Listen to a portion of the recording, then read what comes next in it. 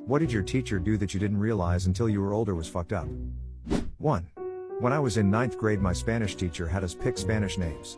I chose Jesus, but she refused to let me have that name, saying I looked like Antonio Banderas. So, my name was Antonio. Whenever we would take quizzes or tests, she'd walk the aisles, always stopping at me, resting her hip on my shoulder. Then on a Monday, she had a black eye.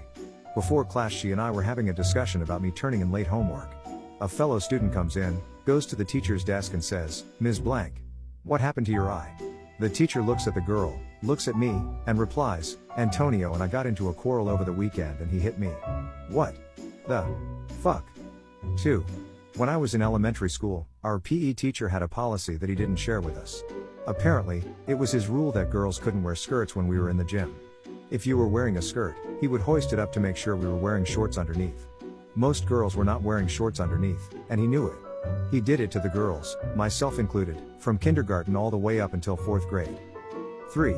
Third grade teacher placed all of the boys in class on timeout and had tea time with all the girls for 30 minutes once a week. His reasoning, which he told us, was that boys were mean bullies and girls are nice and should be rewarded. This is one of a dozen or so things that the parents all documented over the course of the year, his first year teaching. Ultimately, he was fired. 4. My primary 5 teacher was a mad cunt. He used to launch blackboard dusters at students, with proper force. It'd leave a dust trail in the air. You'd come into class some days praying you wouldn't get smashed by Haley's duster. He was physically abusive to one student in particular who had learning difficulties. The one time that sticks out most to me was when he grabbed said student by the neck, called him a pest and ignoramus, that was his favorite word, I swear he said that 20 times a day, and slammed him onto his desk. We came into class one day and the Fuhrer wasn't there.